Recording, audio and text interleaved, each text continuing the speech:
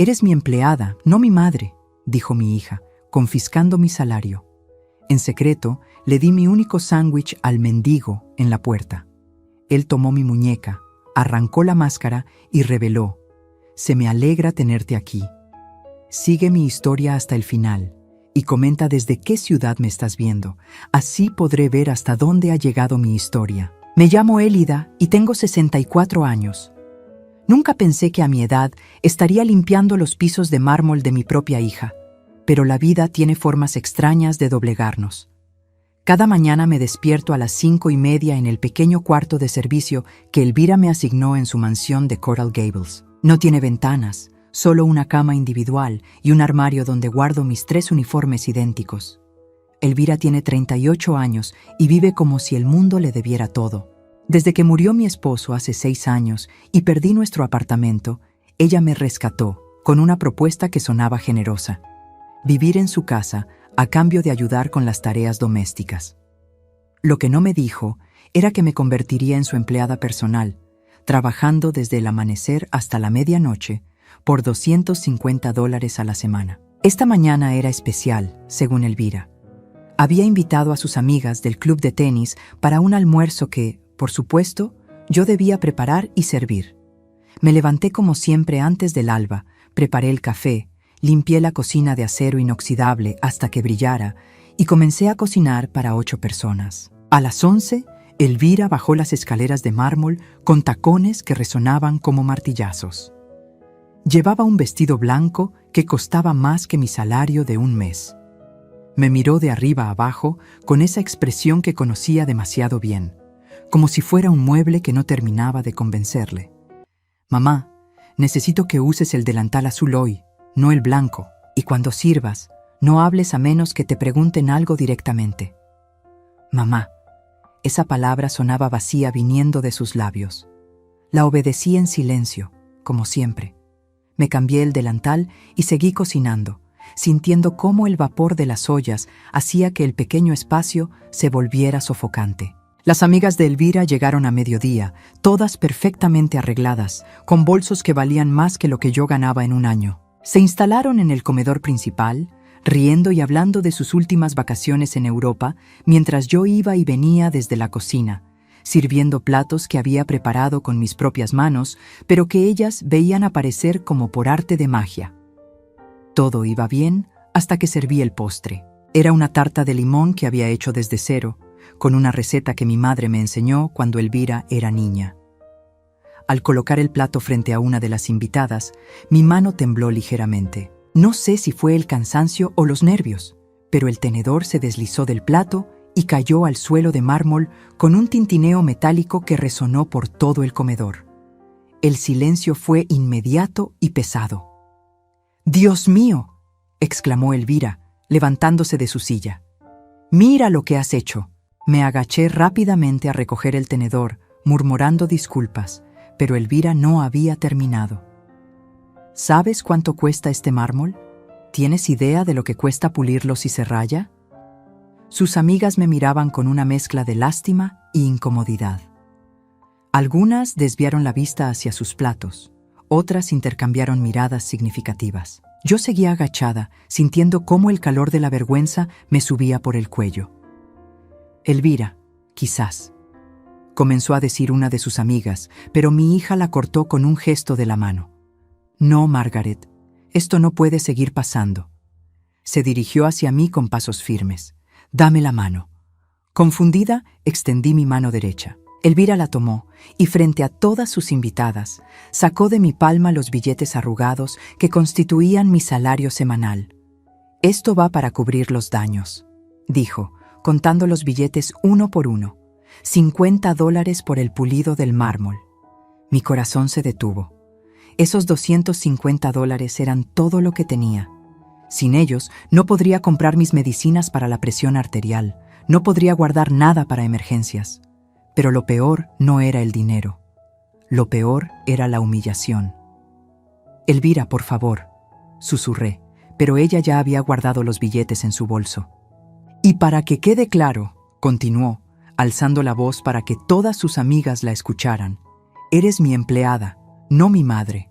Cuando estés trabajando, Manténganse profesional. Eres mi empleada, no mi madre. Las palabras me golpearon como una bofetada física.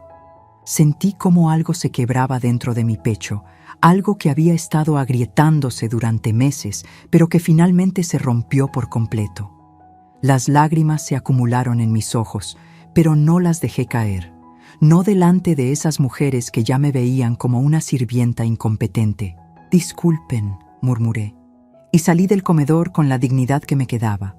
Me refugié en la cocina, apoyando las manos temblorosas contra la encimera de acero inoxidable. Mi reflejo distorsionado me devolvía la mirada desde la superficie pulida. Una mujer de 64 años, con el cabello gris recogido en un moño desprolijo, vestida con un delantal azul que la hacía invisible. ¿Cuándo había dejado de ser la madre de Elvira para convertirme en su empleada? ¿Cuándo había permitido que mi propia hija me tratara como si fuera una desconocida que necesitaba caridad? Recordé cuando Elvira era pequeña y se enfermaba.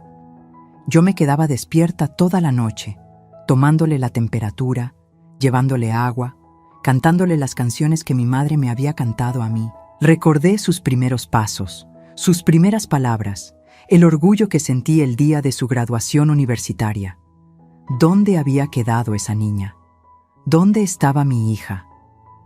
El sonido de risas desde el comedor me devolvió al presente. Las amigas de Elvira habían retomado su conversación como si nada hubiera pasado. Para ellas, yo era parte del mobiliario, un pequeño inconveniente en su tarde perfecta. Terminé de limpiar la cocina en silencio, lavando los platos que habían usado para comer la comida que yo había preparado. Cuando las invitadas se fueron, Elvira entró a la cocina con su teléfono en la mano, escribiendo mensajes sin mirarme. «Mañana quiero que laves las cortinas del salón», dijo sin levantar la vista, «y ordena mi closet. Hay ropa que ya no uso». No me preguntó cómo me sentía. No se disculpó por haberme humillado delante de sus amigas. No mencionó los $50 que había tomado de mi salario. «Sí, Elvira», respondí, porque era lo que esperaba escuchar. Esa noche, acostada en mi pequeño cuarto sin ventanas, conté los billetes que me quedaban. $200 para las próximas 2 semanas. Tendría que elegir entre comprar mis medicinas o comer. Otra vez, cerré los ojos y traté de recordar cuándo había sido la última vez que alguien me había tratado con respeto, cuándo alguien me había agradecido sinceramente por algo que había hecho. La respuesta me dolió más que la humillación del día. No podía recordarlo. Al día siguiente, mientras barría la entrada principal de la mansión, noté a un hombre sentado en los escalones de la casa de enfrente. Parecía un mendigo, con ropa sucia y un sombrero gastado que le cubría parte del rostro. No era inusual ver personas sin hogar en Miami, pero algo en él llamó mi atención. Tal vez fue la forma en que me miraba, no con la desesperación típica de quien pide limosna, sino con una especie de curiosidad tranquila. Cuando terminé de barrer, entré a la casa y preparé mi almuerzo. Un sándwich de jamón y queso, lo único que podía permitirme con el dinero que me quedaba después de que Elvira tomara esos $50. Era un sándwich pequeño, pero al ver al hombre sentado allí afuera, sin nada, algo dentro de mí se removió. Mi madre solía decir que la generosidad no dependía de cuánto tuvieras, sino de cuánto estuvieras dispuesta a compartir. Salí de la casa, caminé hacia el hombre y le extendí la mitad de mi sándwich. ¿Tiene hambre?, le pregunté. Él levantó la vista. Sus ojos eran sorprendentemente claros y había algo en ellos que no encajaba con su apariencia descuidada. Me miró durante un largo momento antes de aceptar el sándwich. «Gracias», dijo con una voz ronca pero educada. «Que Dios la bendiga». Regresé a la casa sintiendo una extraña sensación de paz. Era la primera vez en mucho tiempo que alguien me agradecía con sinceridad. Era irónico. Un extraño en la calle me trataba con más respeto que mi propia hija. Pero lo que no sabía era que ese encuentro aparentemente casual iba a cambiar mi vida de maneras que jamás hubiera imaginado. El mendigo tenía secretos, y yo estaba a punto de descubrir que a veces la bondad regresa de las formas más inesperadas. Los días siguientes establecieron una rutina extraña. Cada mañana, Cuando salía a barrer la entrada, el mendigo estaba allí, sentado en los mismos escalones de la casa de enfrente. Y cada día, durante mi breve descanso para almorzar, le llevaba la mitad de mi sándwich. Elvira no tardó en darse cuenta. «¿Por qué pierdes el tiempo con ese vagabundo?», me preguntó el tercer día, mirando por la ventana del salón mientras yo regresaba de darle comida al hombre. «Probablemente use el dinero que le den para comprar drogas». «No le doy dinero», respondí, evitando su mirada. «Solo un poco de comida. Es lo mismo. Los estás alentando a quedarse en el barrio». Su tono se volvió más duro. «Margaret me dijo que sus vecinos están preocupados. Este es un barrio respetable, mamá». Otra vez esa palabra, mamá, dicha como si fuera una molestia. Como si mi comportamiento fuera un reflejo vergonzoso de ella. «Solo es un hombre que tiene hambre, Elvira. Es un problema». Se dio vuelta para mirarme directamente. «Y tú eres parte de mi casa. Lo que hagas me afecta a mí también». Pero no pude detenerme. Había algo en ese hombre que despertaba una compasión que creía haber perdido. Tal vez era porque él era el único que me agradecía sin esperar nada a cambio, o tal vez porque en sus ojos veía una soledad que reconocía demasiado bien. El cuarto día, cuando le llevé su porción de sándwich, él me sorprendió con una pregunta. «¿Hace cuánto tiempo vive aquí?». Me detuve, con la mano aún extendida hacia él. Los mendigos raramente hacían conversación. Generalmente tomaban lo que les ofrecías y seguían su camino. «Unos 5 años», respondí cautelosamente. Él asintió lentamente, como si estuviera procesando información importante. «¿Y antes dónde vivía?». La pregunta me incomodó. «¿Por qué quieres saberlo?». «Curiosidad nada más. Una mujer como usted, tan generosa. Me pregunto qué la trajo aquí». Una mujer como usted. Hacía tanto tiempo que nadie me hablaba con ese respeto que casi me eché a llorar allí mismo. «Mi esposo murió», le dije finalmente. «No pude mantener nuestro apartamento sola. Lo siento mucho». Su voz tenía una sinceridad que me tomó desprevenida. ¿Era un buen hombre? «El mejor», susurré, sintiendo el familiar nudo en la garganta que aparecía cada vez que pensaba en Miguel. El mendigo me estudió con esos ojos claros que parecían ver más de lo que debían. «Estoy seguro de que él estaría orgulloso de la mujer que es usted, de su bondad». Esas palabras me acompañaron durante el resto del día. Era extraño que un desconocido en la calle pudiera ofrecerme el consuelo que no recibía en mi propia casa. El quinto día noté algo peculiar. Cuando le entregué su comida, vi sus manos de cerca por primera vez. Eran suaves, demasiado suaves para alguien que vivía en la calle. No tenían las callosidades y heridas que esperarías ver en un vagabundo. Las uñas estaban sorprendentemente limpias, aunque trataba de esconderlas bajo guantes rotos. «¿Hace mucho que vive en la calle?», le pregunté, sin poder contener mi curiosidad. Él vaciló por un momento.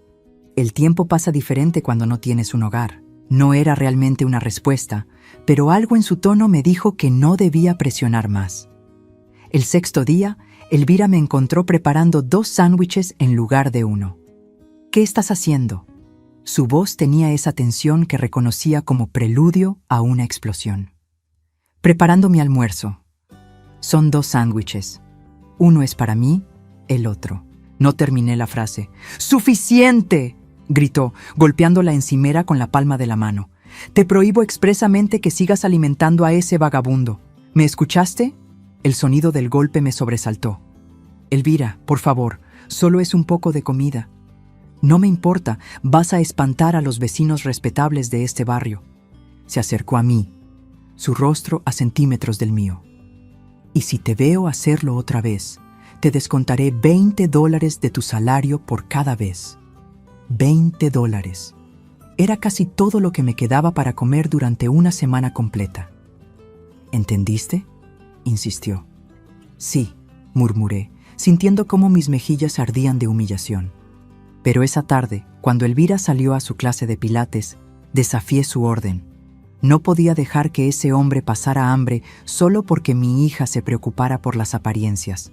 Tomé mi sándwich completo y salí de la casa. El mendigo estaba donde siempre, pero esta vez parecía estar esperándome. Cuando me acerqué, se incorporó ligeramente. «No tengo que hacerlo», le dije, extendiendo todo mi almuerzo hacia él. «Mi hija dice que molesto a los vecinos».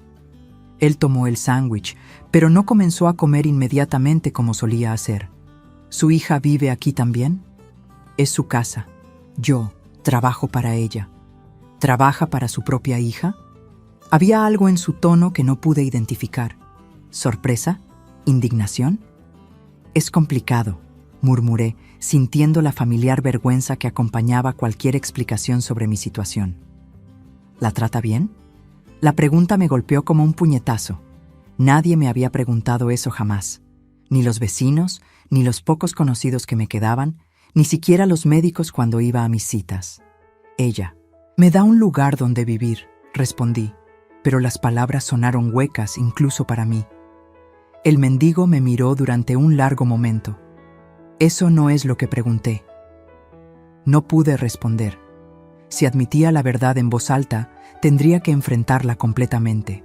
Tendría que admitir que mi propia hija me trataba peor que a una empleada cualquiera, que me humillaba, que me robaba mi salario, que me había convertido en una sombra en su casa perfecta.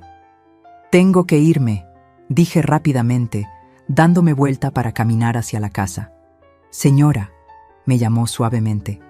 Me detuve, pero no me giré. El amor verdadero no viene con condiciones, y la familia verdadera no se basa en el miedo. Sus palabras me siguieron mientras subía las escaleras de mármol hacia la puerta principal. ¿Cómo podía un vagabundo entender mi situación tan claramente? ¿Cómo podía ver lo que yo me había negado a admitir durante 5 años? Esa noche, Elvira regresó de su clase de pilates de excelente humor. Había conocido a una nueva amiga que tenía una casa en los Hamptons y la había invitado para el verano próximo. «Vas a tener que trabajar extra duro las próximas semanas», me dijo mientras cenaba el plato que le había preparado. «Quiero que la casa esté perfecta. Esta mujer tiene conexiones importantes». «Por supuesto», respondí automáticamente, «y espero que hayas entendido lo que te dije sobre el mendigo». «Sí». «Bien». Tomó un sorbo de vino blanco. «Por cierto, mañana necesito que laves mi auto. Tiene que brillar para el almuerzo del viernes». Asentí en silencio, pero mi mente estaba en otra parte. Estaba pensando en las palabras del mendigo. El amor verdadero no viene con condiciones. ¿Cuándo había sido la última vez que Elvira me había demostrado amor sin esperar algo a cambio? ¿Cuándo me había abrazado sin que fuera porque necesitaba que hiciera algo por ella? ¿Cuándo me había preguntado cómo me sentía, qué necesitaba, qué soñaba? La respuesta me aterrorizó. Nunca. Al menos, no desde que vivía en su casa. El 7º día, decidí arriesgarme una vez más. Elvira había salido temprano para reunirse con sus amigas del club y yo tenía la casa sola hasta la tarde. Preparé un sándwich extra y salí a buscarlo. Pero cuando llegué a los escalones donde siempre lo encontraba, él me estaba esperando con algo en la mano. «Tengo algo para usted», dijo, extendiendo una pequeña rosa blanca que obviamente había tomado de algún jardín del barrio. «¿Por qué?», pregunté confundida. «Porque nadie debería pasar tanto tiempo dando sin recibir nada a cambio».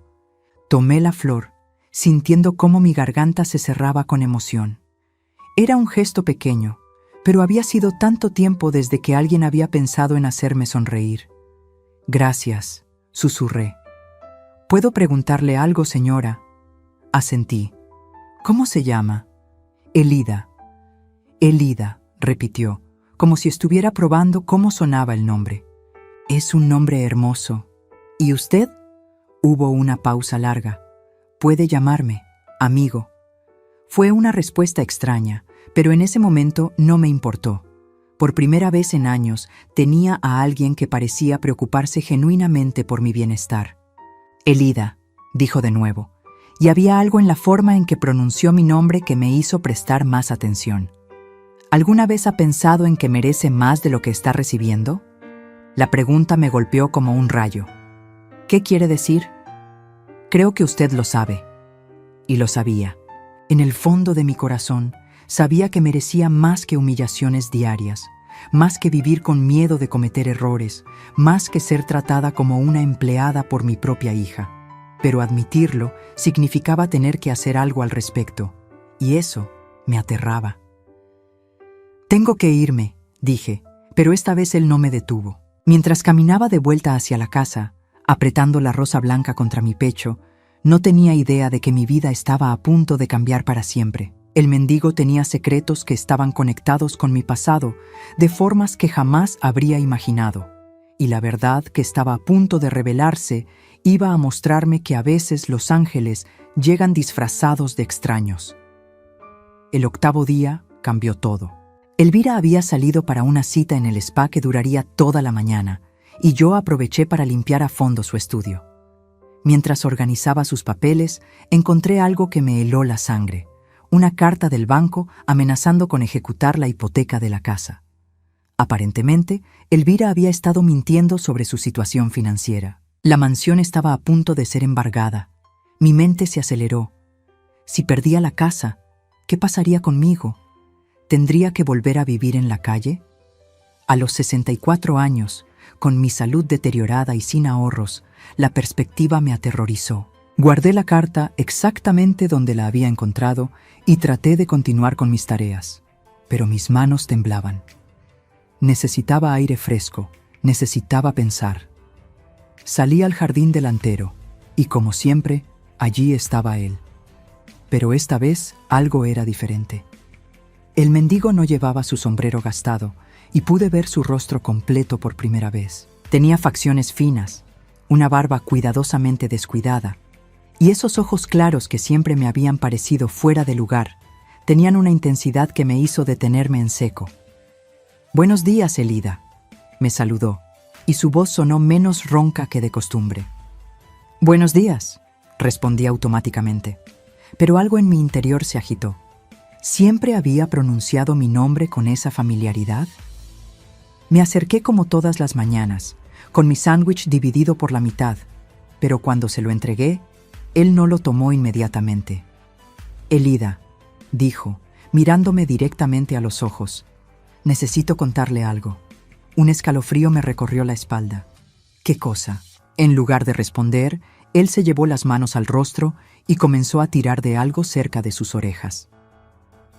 Al principio no entendí qué estaba haciendo, pero luego vi cómo se desprendía lo que parecía ser. ¿Una máscara? No una máscara completa, sino una especie de prótesis de látex que había estado usando para alterar la forma de su rostro. La barba falsa cayó al suelo, revelando una mandíbula firme y bien afeitada. Se quitó los guantes rotos, mostrando manos cuidadas con uñas perfectamente arregladas. Finalmente, se enderezó completamente y pude ver que era más alto de lo que había aparentado. Frente a mí ya no había un mendigo. Había un hombre de unos 45 años, bien parecido, vestido con ropa sucia, pero que ahora entendía que era un disfraz. Me quedé paralizada, con la boca abierta, incapaz de procesar lo que estaba viendo. «Mi nombre es Martín Alejandro Castro», dijo con una voz clara y educada, completamente diferente a la voz ronca que había estado usando. «Y tengo que darle las gracias». «¿Gracias por qué?», logré susurrar. «¿Quién es usted? ¿Por qué me ha estado mintiendo?». Él se acercó un paso, pero mantuvo una distancia respetuosa, porque necesitaba saber qué clase de persona es usted, y ahora lo sé. No entiendo nada. «Elida, ¿recuerda el 5 de diciembre de 1999? La fecha me golpeó como un martillo. Por supuesto que la recordaba. Era el día que había cambiado mi vida para siempre, aunque por razones completamente diferentes a las que este extraño parecía sugerir. «Sí», dije lentamente. «Estaba lloviendo. Usted iba caminando por la calle 8 con 2 bolsas de mercado pesadas. Llevaba un abrigo azul marino y había salido tarde del trabajo». Mi respiración se entrecortó. ¿Cómo podía saber esos detalles? «Había un joven», continuó Martín, «de unos 20 años, que estaba cruzando la calle sin mirar. Un auto se dirigía hacia él a gran velocidad. El conductor estaba distraído, hablando por teléfono. Las imágenes comenzaron a regresar a mi mente con una claridad dolorosa. Ese día, esa escena. «Usted gritó para advertirle», siguió Martín. Dejó caer sus compras y corrió hacia él. Lo empujó fuera del camino del auto justo a tiempo. No, susurré, sintiendo cómo las lágrimas comenzaban a formarse en mis ojos. No puede ser. El auto me golpeó a mí en lugar de al joven. Estuve en coma durante 3 semanas. Cuando desperté, pregunté por la mujer que me había salvado la vida, pero nadie sabía quién era. Solo tenían el testimonio de algunas personas que vieron a una señora de mediana edad con un abrigo azul que había actuado sin pensar en su propia seguridad. Me llevé las manos al rostro, sintiendo cómo el mundo se tambaleaba a mi alrededor. Usted era el joven. Sí, tenía 20 años, era irresponsable y estúpido. Estaba demasiado ocupado pensando en mis propios problemas para prestar atención al tráfico. Usted me salvó la vida y luego desapareció antes de que pudiera agradecérselo. Pero el auto lo golpeó a usted. Lo vi. Por eso me fui corriendo para buscar ayuda. Lo sé. Y gracias a esa ayuda que fue a buscar, la ambulancia llegó a tiempo. Martín se sentó en los escalones, como si el peso de la historia fuera demasiado. He pasado los últimos 25 años buscándola. ¿25 años? La cifra me pareció imposible.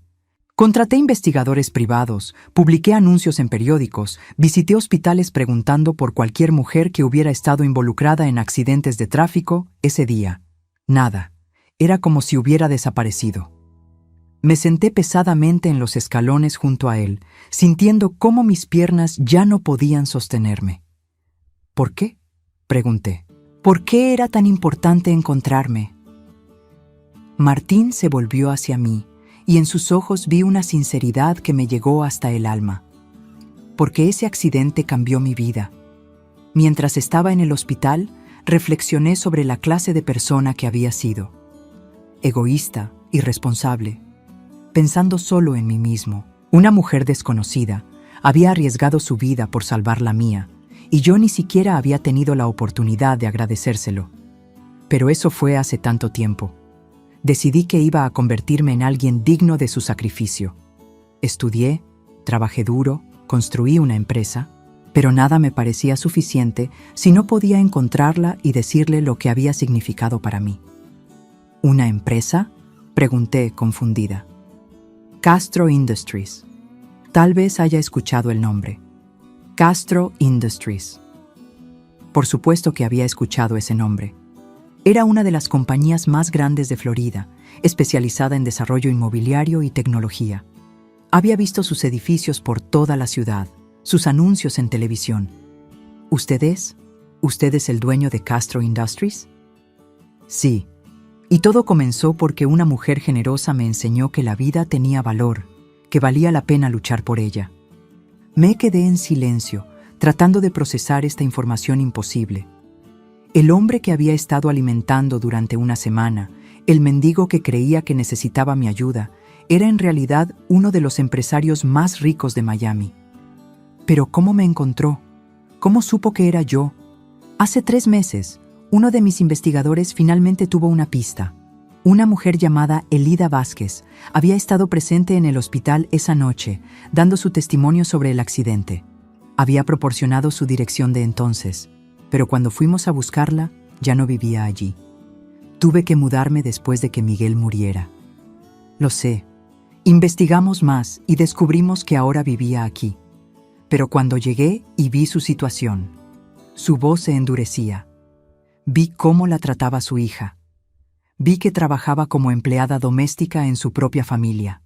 Necesitaba saber si seguía siendo la misma mujer generosa que me había salvado, o si las circunstancias la habían cambiado. Por eso se disfrazó de mendigo. Quería ver si alguien que tenía tan poco seguía siendo capaz de dar. Durante 8 días, usted compartió su comida conmigo sin saber quién era. Me trató con respeto cuando su propia hija la humillaba. Demostró la misma bondad que había mostrado hace 25 años. Las lágrimas corrían libremente por mis mejillas ahora. No sé qué decir. Martín se puso de pie y me extendió la mano. Diga que me permite ayudarla como usted me ayudó a mí. ¿Ayudarme cómo? Primero, quiero que sepa que no está sola. Segundo, quiero ofrecerle algo que su hija nunca le ha dado, Una elección. ¿Qué clase de elección? La oportunidad de vivir con dignidad, de trabajar en algo que le dé satisfacción, no solo supervivencia, de ser valorada por quien realmente es. Miré hacia la mansión de Elvira, con sus columnas blancas y sus ventanas perfectas que escondían tanta frialdad y crueldad. ¿Y qué pasa con Elvira? ¿Qué pasa con ella? La voz de Martín se enfrió. Elida, ella la está explotando. La trata peor de lo que yo trataría a un empleado cualquiera. Usted merece mucho más que eso. Pero es mi hija, y usted es su madre. ¿Cómo la trata ella? No pude responder, porque la respuesta era demasiado dolorosa. Piénselo, dijo Martín suavemente. Tiene 64 años. ¿Quiere pasar los años que le quedan siendo invisible en su propia vida o quiere la oportunidad de ser feliz? En ese momento, la puerta principal de la mansión se abrió con un estrépito. Elvira había regresado del spa antes de lo esperado y nos había visto hablando desde la ventana. ¡Mamá!, gritó, bajando las escaleras de mármol con furia. ¿Qué diablos está pasando aquí? Se detuvo en seco cuando vio a Martín sin su disfraz, claramente confundida por encontrar a un hombre bien vestido en lugar del mendigo que esperaba. ¿Quién es usted?, le preguntó a Martín con su tono más autoritario. Martín me miró a mí, esperando que yo tomara la decisión de cómo manejar la situación. Era mi momento de elegir, continuar siendo invisible o encontrar mi voz. Por primera vez en 5 años, sentí que tenía opciones reales, y por primera vez en mucho tiempo, no estaba sola. Elvira, dije, poniéndome de pie con una fuerza que no sabía que aún poseía. Hay algo que necesitas saber. La expresión en el rostro de Elvira pasó de la confusión a la alarma cuando Martín se presentó formalmente. Soy Martín Castro, de Castro Industries, dijo con la autoridad natural de alguien acostumbrado a comandar respeto. Y su madre es una mujer extraordinaria. Los ojos de Elvira se agrandaron. Incluso ella, con toda su arrogancia, sabía quién era Martín Castro.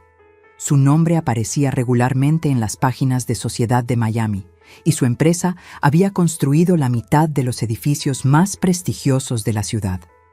¿Castro Industries?, murmuró, y por primera vez en años la escuché sonar insegura. ¿Qué? ¿Qué está haciendo aquí? Vine a agradecer a su madre por salvarme la vida hace 25 años, respondió Martín, manteniéndose firme mientras Elvira lo miraba como si fuera una aparición. ¿Salvarle la vida?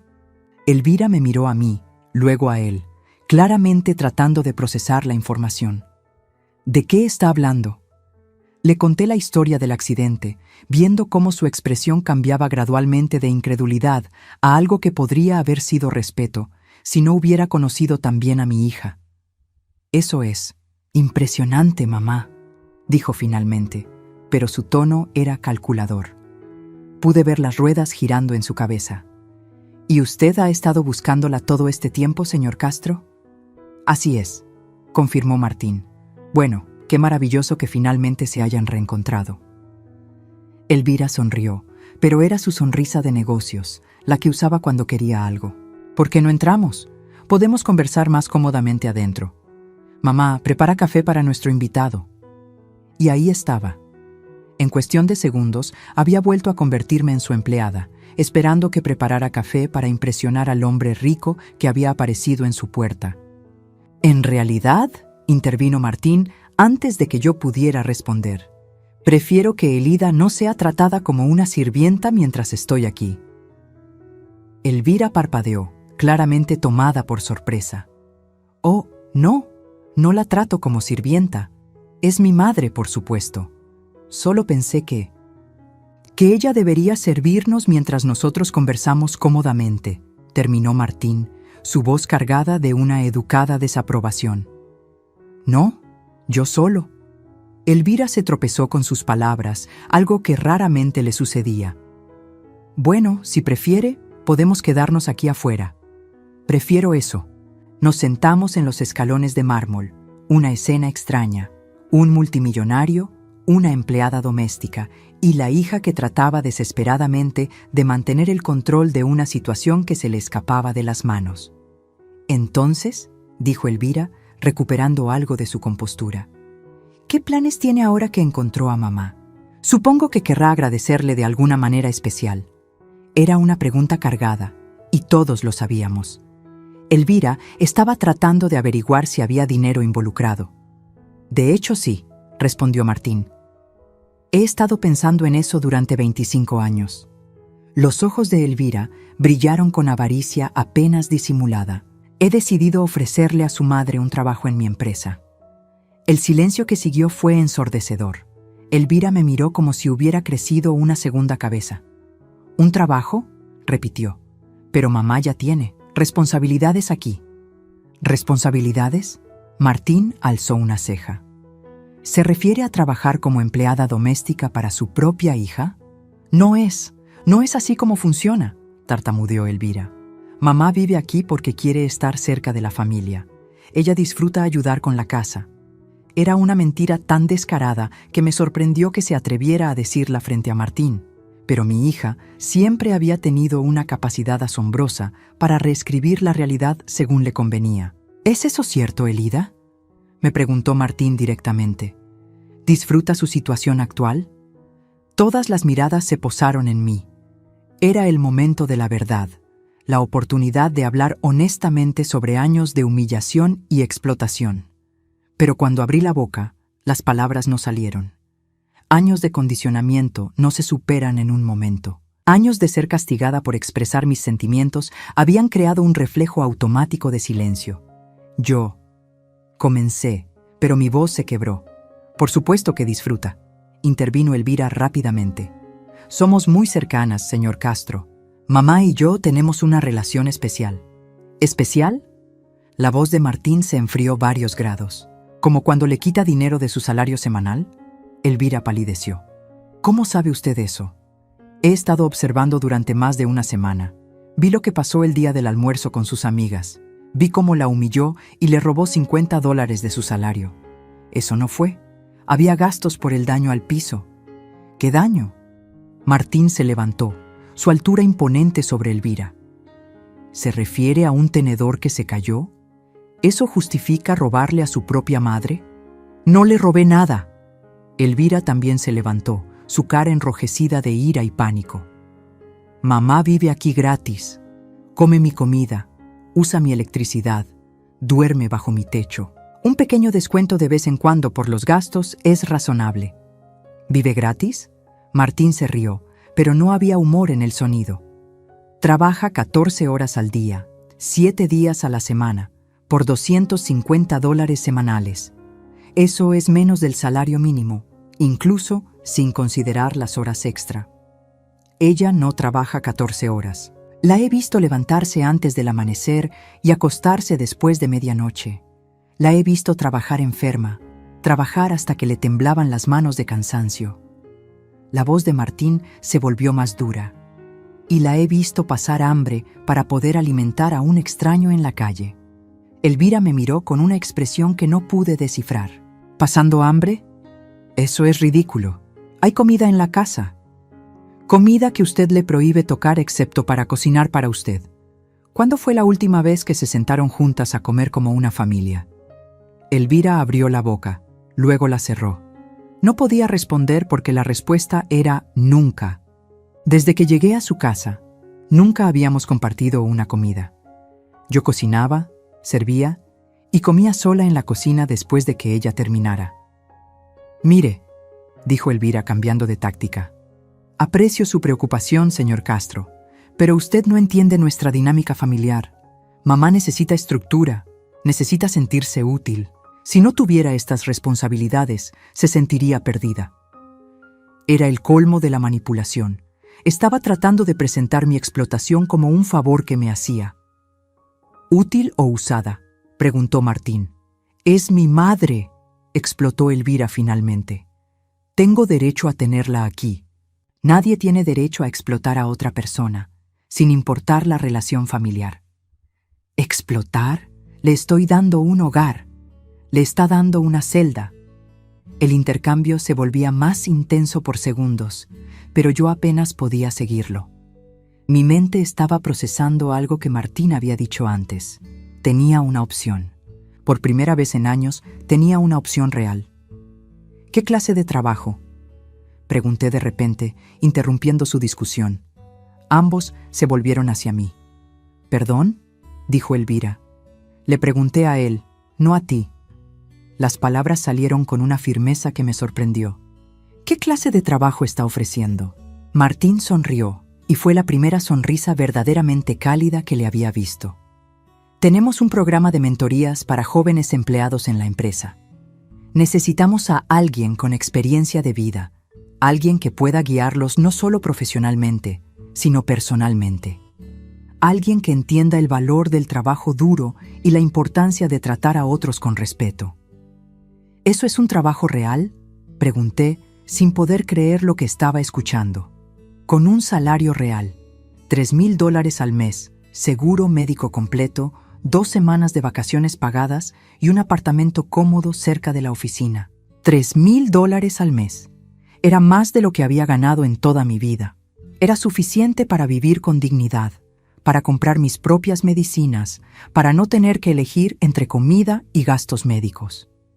Mamá, no puedes estar considerando esto seriamente, dijo Elvira, su voz subiendo de tono. ¿Qué va a pasar conmigo? ¿Quién va a cuidar la casa? ¿Quién va a cocinar? Por primera vez, mi hija estaba mostrando pánico real. No pánico por perder a su madre, sino pánico por perder a su empleada gratuita. Puedes contratar a alguien, dije suavemente. ¿Con qué dinero?, gritó. No tengo dinero para una empleada. Y ahí estaba la verdad que había estado escondiendo. La carta del banco que había encontrado esa mañana, las amenazas de ejecución hipotecaria, todo tenía sentido ahora. ¿Estás en problemas financieros?, le pregunté directamente. Elvira vaciló, probablemente calculando si admitir la verdad la ayudaría o la perjudicaría. Estoy pasando por un momento difícil temporalmente, admitió finalmente. Por eso necesito que te quedes. No puedo permitirme perder esta casa y definitivamente no puedo permitirme contratar ayuda. Entonces todo este tiempo, dije, sintiendo cómo la rabia comenzaba a crecer en mi pecho. No me tenías aquí porque me amas o porque quieres cuidarme. Me tenías aquí porque no podías permitirte una empleada real. Eso no es cierto. ¿No es cierto que estás a punto de perder la casa? Su silencio fue respuesta suficiente. ¿No es cierto que me pagas menos de lo que le pagarías a cualquier empleada? Más silencio. ¿No es cierto que me has estado robando dinero de mi salario bajo pretextos falsos?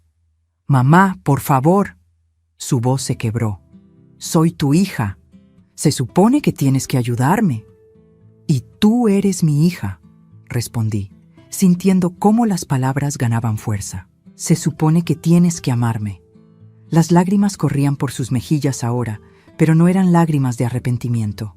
Eran lágrimas de pánico, del miedo a perder su fuente de trabajo gratuito. Si te quedas, dijo desesperadamente, prometo que las cosas serán diferentes. Te pagaré más, te trataré mejor. ¿Cuánto más?, preguntó Martín. Yo, $300 a la semana. Sigue siendo menos del salario mínimo para las horas que trabaja. Está bien 500.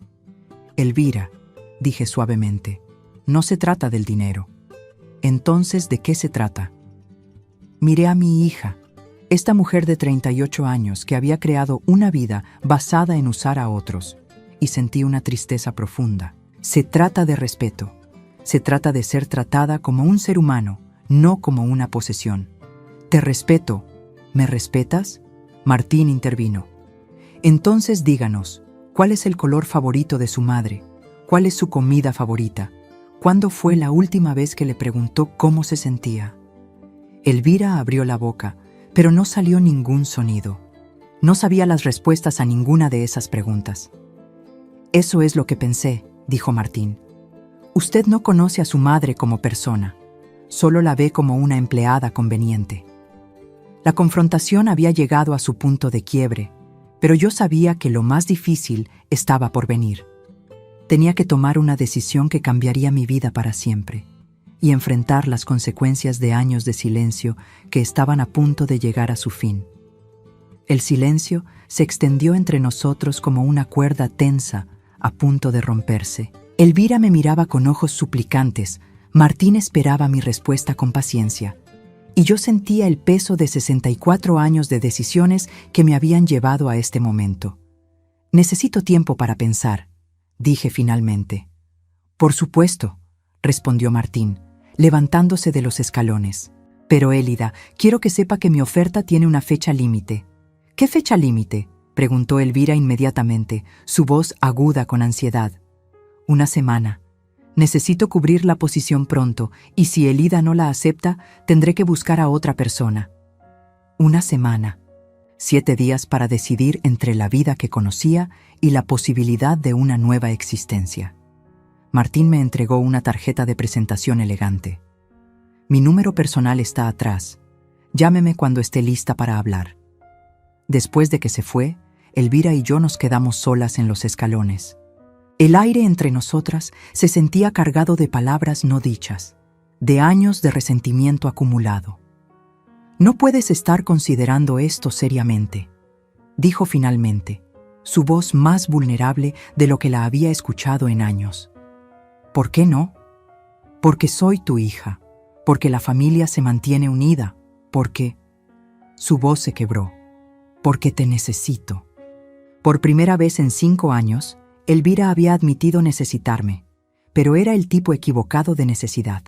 ¿Me necesitas a mí o necesitas lo que hago por ti? Esa es una pregunta terrible. Es una pregunta honesta. Elvira se llevó las manos al rostro. Mamá, sé que no he sido perfecta. Sé que a veces soy dura contigo, pero puedo cambiar. Podemos hacer que esto funcione. ¿Cómo? Te daré más dinero. Te conseguiré una televisión para tu cuarto. Podrás decorarlo como quieras. Cada oferta revelaba lo poco que entendía sobre lo que realmente me dolía. No se trataba de dinero o comodidades. Se trataba de respeto, de ser vista, de ser valorada como persona. ¿Y qué pasa con las humillaciones? ¿Con los castigos cuando cometo errores? ¿Con tratarme como empleada frente a tus amigas? Puedo trabajar en eso. ¿Puedes trabajar en eso? Repetí sus palabras, sintiendo cómo la incredulidad me invadía. Elvira, no se trata de trabajar en algo. Se trata de respeto básico, algo que debería ser automático entre madre e hija. «¡Pero soy tu hija!», exclamó, como si eso fuera argumento suficiente. «No puedes simplemente irte». «¿Por qué no?». La pregunta la desarmó completamente. «¿Por qué? Porque la familia no hace eso». «¿Qué familia, Elvira? ¿Cuándo fue la última vez que hicimos algo juntas que no involucrara trabajo? ¿Cuándo fue la última vez que me preguntaste cómo estaba mi día? ¿Qué estaba sintiendo? ¿Qué necesitaba?». Ella abrió la boca para responder, pero se detuvo. Ambas sabíamos que no había respuesta. «¿Sabes siquiera cuándo es mi cumpleaños?», pregunté suavemente. El silencio fue ensordecedor. «Es el 14 de marzo», dije. «Cumplí 64 el mes pasado. Ese día trabajé 14 horas limpiando para tu cena de negocios. No dijiste feliz cumpleaños. No lo recordaste». Las lágrimas corrían por sus mejillas ahora. «Puedo hacer mejor. Dame una oportunidad». «Te he dado 5 años de oportunidades». Esa noche no pude dormir. Me quedé acostada en mi pequeño cuarto sin ventanas, mirando el techo y reviviendo cada momento de los últimos 5 años. Las humillaciones, los desprecios, la soledad constante de vivir en una casa donde no era bienvenida realmente. Pero también pensé en los momentos buenos que habían existido antes, cuando Elvira era niña. ¿Había algo de esa niña que valiera la pena salvar? ¿O estaba aferrándome a un fantasma? Al día siguiente, Elvira comenzó su campaña de seducción. Despertó temprano para prepararme el desayuno, algo que nunca había hecho. Me compró flores del supermercado. Me dijo que había cancelado sus planes para pasar el día conmigo. «Podríamos ir al centro comercial», sugirió durante el desayuno. «O al cine, lo que tú quieras». Era extraño estar sentada en la mesa del comedor como invitada en lugar de como sirvienta. Elvira me servía café. Me preguntaba si quería más tostadas. Sonreía cada vez que nuestros ojos se encontraban. «¿Por qué ahora?», le pregunté. «¿Por qué ahora qué? ¿Por qué de repente quieres pasar tiempo conmigo? ¿Por qué de repente me tratas como familia? Su sonrisa vaciló. Siempre te he tratado como familia. No, Elvira, siempre me has tratado como empleada. La única diferencia es que ahora tienes miedo de perderme. Eso no es cierto. Entonces dime, si Martín no hubiera aparecido, ¿estarías haciendo esto? ¿Estarías sirviéndome el desayuno y ofreciendo llévame de paseo? No pudo responder porque ambas conocíamos la verdad. El segundo día, trajo a casa regalos, un chal rosado que dijo que me haría ver más joven, una caja de chocolates caros, una revista de crucigramas, porque recordaba vagamente que me gustaban. ¿De dónde sacaste dinero para esto?, pregunté. Ayer dijiste que estabas en problemas financieros. Son solo pequeños detalles. Quería demostrarte cuánto significas para mí. Pero los regalos se sentían como sobornos y su atención se sentía forzada, desesperada. El tercer día, prometió llevarme a almorzar a un restaurante elegante. Pero cuando llegamos, inmediatamente comenzó a contarme sobre sus problemas financieros, sobre lo difícil que era mantener la casa, sobre lo perdida que se sentiría sin mí. «Eres la única familia que tengo», dijo, tomando mi mano a través de la mesa. «Si te vas, estaré completamente sola. Elvira, tienes amigas, tienes una vida social activa. No es lo mismo. Ellas no son familia». Pero mientras hablaba, me di cuenta de algo. No estaba preocupada por estar sola emocionalmente. Estaba preocupada por estar sola prácticamente. Sin nadie que limpiara su casa, cocinara sus comidas, manejara las tareas domésticas que odiaba. El cuarto día cambió de táctica. En lugar de promesas y regalos, llegó con amenazas veladas. «¿Has pensado en lo que pasará si ese trabajo no funciona?», preguntó durante la cena. «¿Qué harás si te despiden? No tienes ahorros, no tienes referencias recientes de trabajo real. Martín me conoce, me ofreció el trabajo. Pero ¿qué pasa si él cambia de opinión? ¿Qué pasa si decide que contratar a la mujer que lo salvó hace 25 años fue un error sentimental?» Sus palabras sembraron semillas de duda en mi mente. ¿Y si tenía razón? ¿Y si estaba tomando una decisión basada en la emoción en lugar de la lógica? El quinto día, decidí llamar a Martín. «Élida», respondió inmediatamente, como si hubiera estado esperando mi llamada. «¿Cómo está?» «Confundida», admití. «¿Podríamos reunirnos para hablar? Tengo preguntas». «Por supuesto. ¿Dónde?» «¿Conoce el parque Bayfront? Hay una banca bajo los árboles cerca del agua. Estaré allí en media hora». Cuando llegué al parque, Martín ya estaba esperando.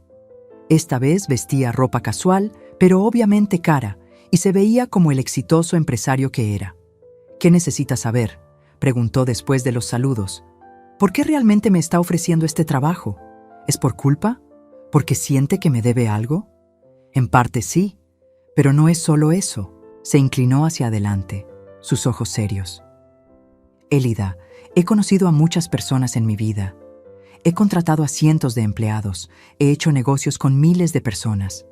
Muy pocas han demostrado el tipo de carácter que usted mostró esa noche hace 25 años y que siguió mostrando cuando compartió su comida conmigo sin saber quién era. Pero ¿qué sabe usted realmente sobre mí? Solo me ha visto durante una semana. He visto lo suficiente. He visto a una mujer que mantiene su dignidad a pesar del maltrato. He visto a alguien que da sin esperar nada a cambio. He visto fortaleza, compasión, integridad. ¿Y si no soy buena en el trabajo? No tengo experiencia en oficinas, en empresas. ¿Sabe qué es lo más difícil de enseñar en el mundo de los negocios?, preguntó. No es cómo usar una computadora o cómo escribir un informe. Es cómo tratar a las personas con respeto. Es cómo mantener la integridad bajo presión. Es cómo ser genuinamente compasivo. Todas esas cosas que usted ya posee naturalmente. Sus palabras me tranquilizaron, pero aún tenía miedos. ¿Y si Elvira tiene razón? ¿Y si esto es solo un impulso sentimental de su parte? Martín se rió suavemente. Élida, construí una empresa de $15 millones. No llegué hasta aquí tomando decisiones sentimentales. Esta es una decisión de negocios. Necesito a alguien con su carácter en mi equipo. ¿Y qué pasa con el apartamento? ¿Las responsabilidades? ¿Todo es real? Todo es real. Puedo mostrarle el apartamento ahora mismo si quiere. Durante la siguiente hora, Martín me llevó a ver el apartamento que sería mío si aceptaba el trabajo. Era pequeño pero hermoso, con grandes ventanas que daban a un jardín, una cocina moderna, y lo más importante, era mío. Nadie podría quitármelo, nadie podría castigarme o humillarme allí. ¿Qué piensa?, preguntó mientras yo exploraba el espacio. Es perfecto, susurré, tocando las cortinas blancas que filtraban la luz del sol. Entonces, ¿qué la está deteniendo? Me senté en el pequeño sofá que estaría incluido con el apartamento. Miedo, supongo. Miedo de dejar lo que conozco por lo desconocido. Incluso cuando lo que conoce la está destruyendo. Era una pregunta brutal pero necesaria. Elvira es mi única familia, dije finalmente. No, Elida. Elvira es su única pariente. La familia real no se basa en la sangre. Se basa en el amor, el respeto, la consideración mutua. ¿Cuánto de eso tiene realmente con su hija? Era la pregunta que había estado evitando durante 5 años, pero ya no podía esconderme de la respuesta. Esa noche regresé a la mansión de Elvira, sabiendo que era hora de tomar mi decisión final. Ella me estaba esperando en la sala, con una expresión ansiosa. ¿Dónde estabas? He estado preocupada. Hablando con Martín. ¿Y? Me senté frente a ella, mirándola realmente por primera vez en mucho tiempo. Vi a una mujer hermosa de 38 años que había aprendido a manipular para conseguir lo que quería. Vi a alguien que había tenido todas las ventajas en la vida, pero que había elegido usar a otros en lugar de construir relaciones reales. Y por primera vez sentí lástima por ella. Elvira, dije suavemente. ¿Me amas? Por supuesto que te amo. Eres mi madre. No me preguntaste si eras mi hija. Te pregunté si me amas. Ella frunció el ceño, confundida por la distinción. ¿Amas quién soy como persona? ¿O amas lo que hago por ti? No entiendo la diferencia. Y ahí estaba mi respuesta. Después de 64 años de vida, finalmente estaba lista para elegir mi propia felicidad. Al día siguiente por la mañana, desperté antes del amanecer por última vez en ese pequeño cuarto sin ventanas. Pero esta vez no fue para comenzar otro día de trabajo interminable. Fue para empacar. No tenía mucho que llevar. 5 años viviendo como empleada doméstica no habían acumulado muchas posesiones personales. Mi ropa cabía en una maleta pequeña, mis pocos recuerdos preciados en una caja de zapatos.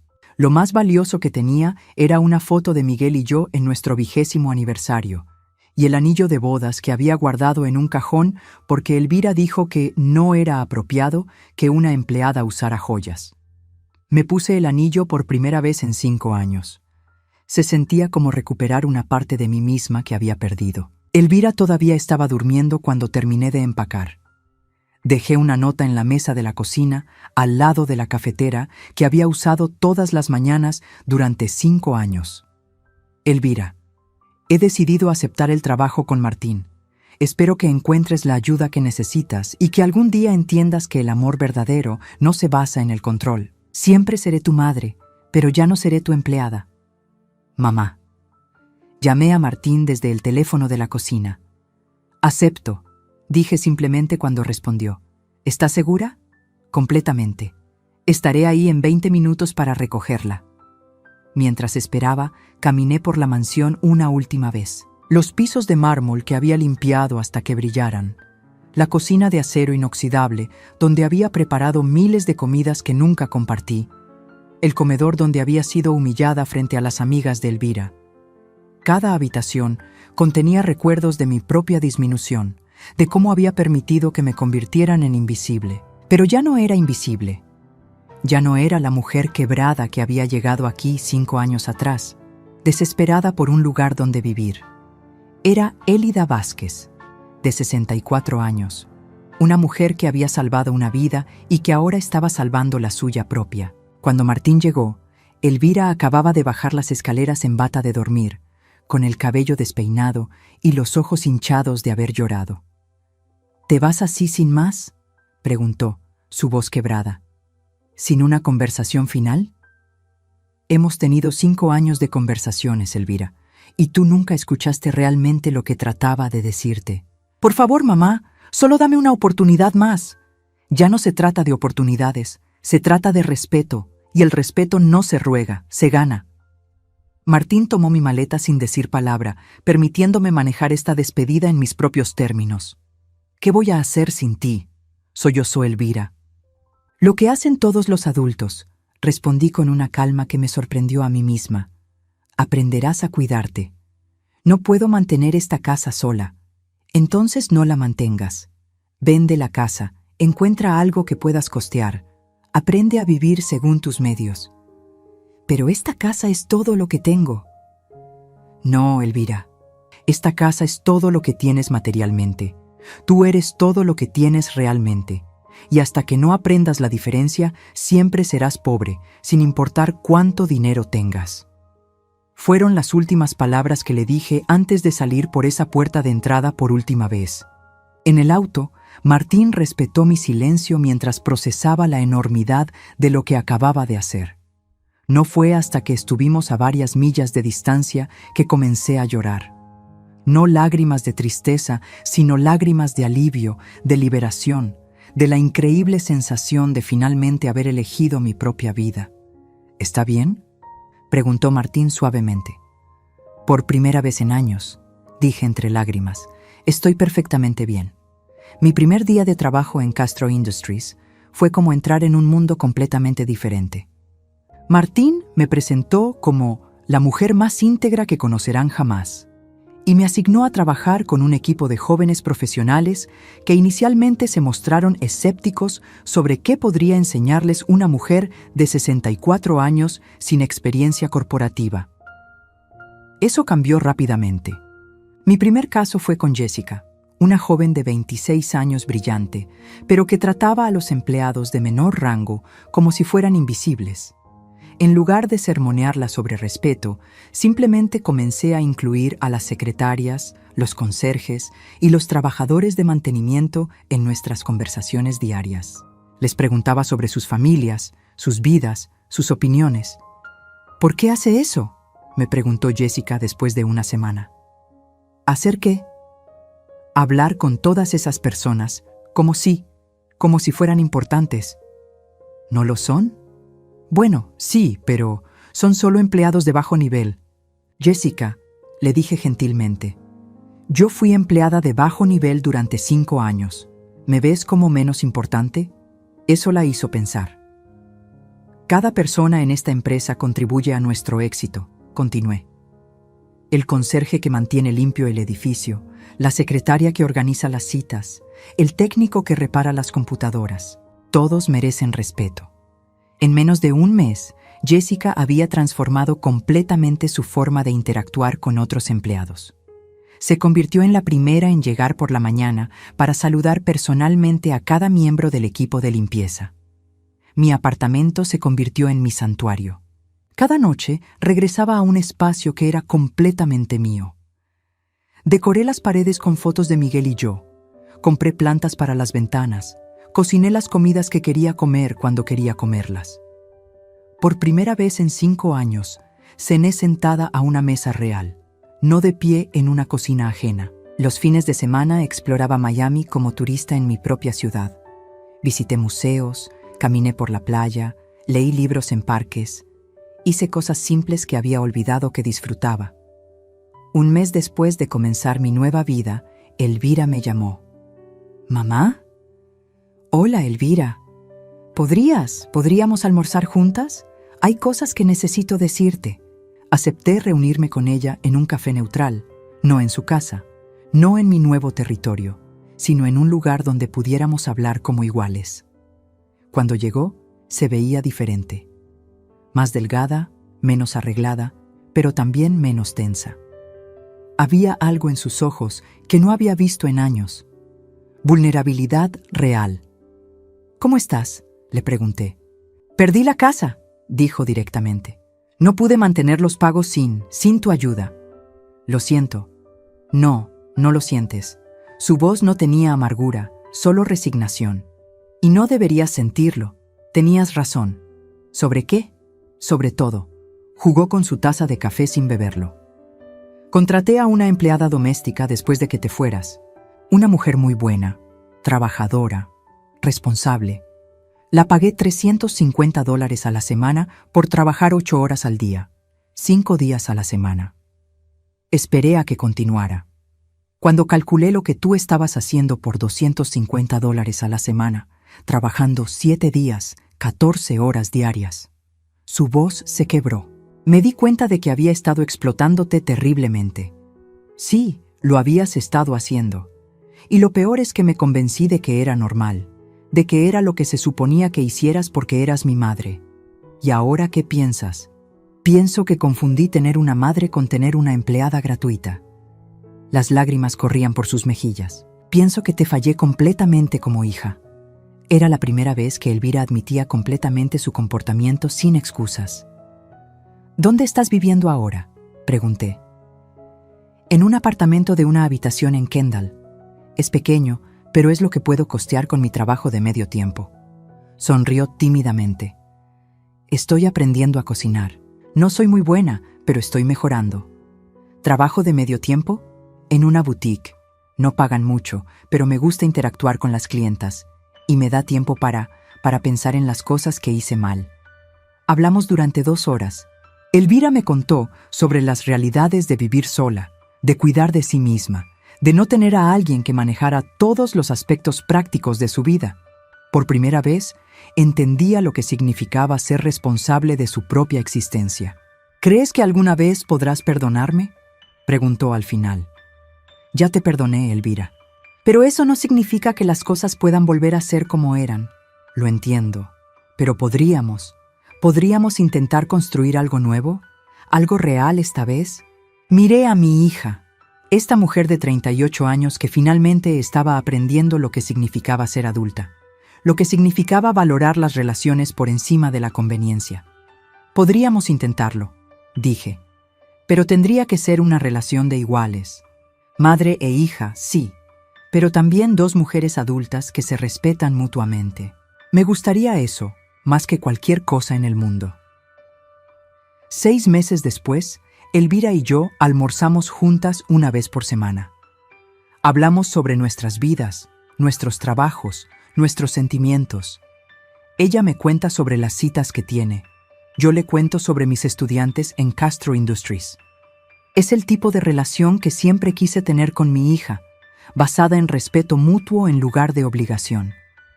Ella nunca me ha pedido dinero, nunca me ha pedido que limpie su apartamento, nunca ha tratado de convertirme de nuevo en su empleada. Ha mantenido su palabra sobre construir algo nuevo. El otro día, mientras caminaba hacia mi oficina, pasé por casualidad frente a la antigua mansión de Elvira. Había un cartel de «Vendido» en el jardín delantero, y una familia joven estaba mudándose. Los niños corrían por el jardín de entrada, llenando el espacio con risas y vida. Me quedé parado allí por un momento, recordando a la mujer que había sido cuando vivía allí, invisible, quebrada, convencida de que merecía tan poco.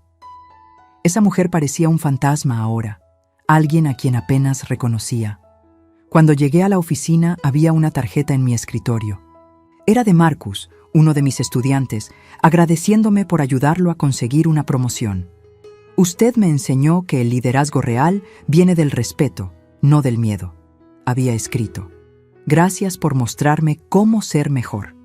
Me senté en mi silla, en mi oficina con vista al agua, en mi trabajo donde era valorada y respetada, y pensé en la extraña manera en que la vida nos da exactamente lo que necesitamos en el momento exacto en que estamos listos para recibirlo. Hace 25 años salvé la vida de un joven sin saber que él eventualmente salvaría la mía. Hace 8 meses era una mujer invisible que se conformaba con migajas de afecto de su propia hija. Hoy soy Elida Vázquez, mentora, profesional, una mujer que finalmente entendió que nunca es demasiado tarde para elegir la dignidad. Y cada día, cuando regreso a mi apartamento lleno de luz, me recuerdo a mí misma las 3 palabras que Martín me había dicho ese día que cambió todo. Usted me salvó. Pero la verdad es que, al final, me salvé a mí misma.